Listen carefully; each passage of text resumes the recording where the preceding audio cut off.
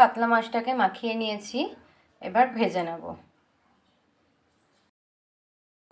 কাতলা কালিয়া বানাতে আমার যা যা মশলা লাগছে দেখে নাও। ফোড়নে তেজপাতা, শুকনো লঙ্কা, জিরে, দারচিনি, এলাচ, লবঙ্গ, পেঁয়াজ কাটা আছে, রসুন, টমেটো, কাঁচা লঙ্কা, আদা আর পেঁয়াজ কুচি করে নিয়েছি। এটা ভেজে দেব, বাকিগুলো সব পেস্টে দেওয়া যাবে।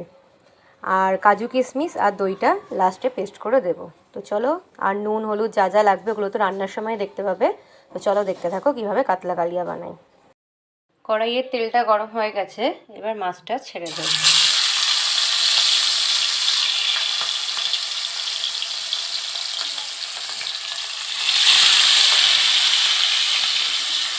চলো এবার ভেজে নিই মাছটা। তো মাছটা আমার ভাজা হয়ে গেছে, এবার তুলে নিচ্ছি। তুলে এখানে রেখে দেব।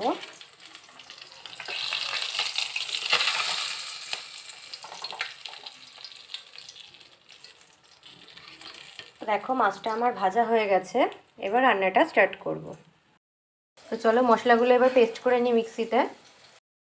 মাছ ভাজার তেলটার মধ্যেই এবার একে একে ফোড়নগুলো সব দিয়ে দেব।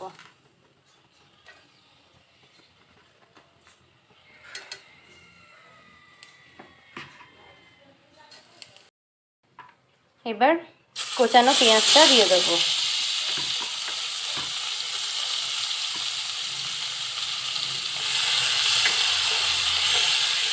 ভালো করে পেঁয়াজটা ভাজা ভাজা হয়ে গেছে, এবার মশলা পেস্টটা দিয়ে দেব।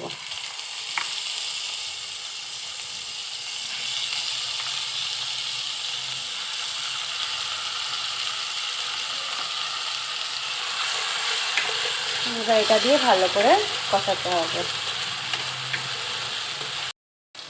এবার এর মধ্যে একটু হলুদ দেব, 1 টিস্পুন লঙ্কার গুঁড়ো দেব, যে ঝাল যতটা খাবে সেরকম অনুযায়ী দেবে, আর 1 টিস্পুন নুন দিয়ে দেব। তো চলো এবার এটা ভালো করে আগে মিক্স করে নিই।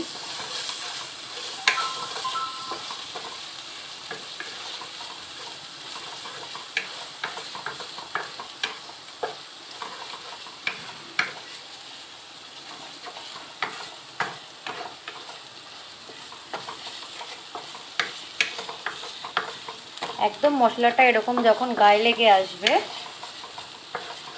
তখন ভাববে হয়ে গেছে। এবার 1 টিস্পুন মতো জিরে গুঁড়ো দিয়ে দেবো।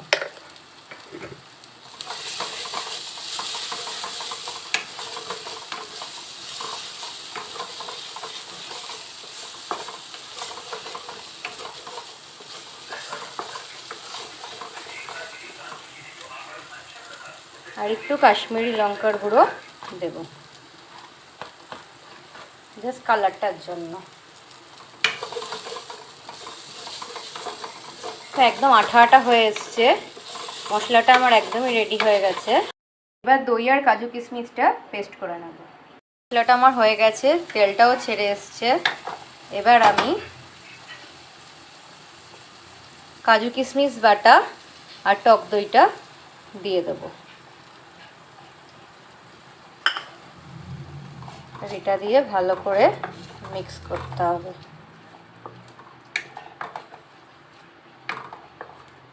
শুধু একবার জাস্ট কালারটা দেখো কি সুন্দর এসছে। এবার ভালো করে এটাকে মিক্স করে নিতে হবে।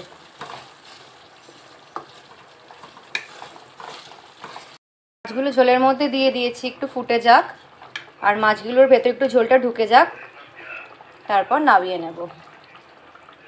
ভাজা মশলা 1 টিস্পুন ছড়িয়ে দেবো উপর থেকে।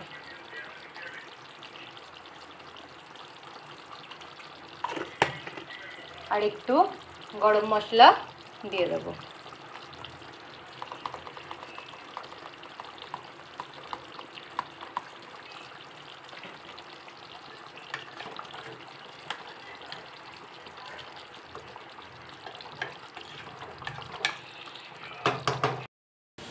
তো দেখো কাতলা কালিয়া আমার রেডি, পুরো বিয়েবাড়ি স্টাইলে।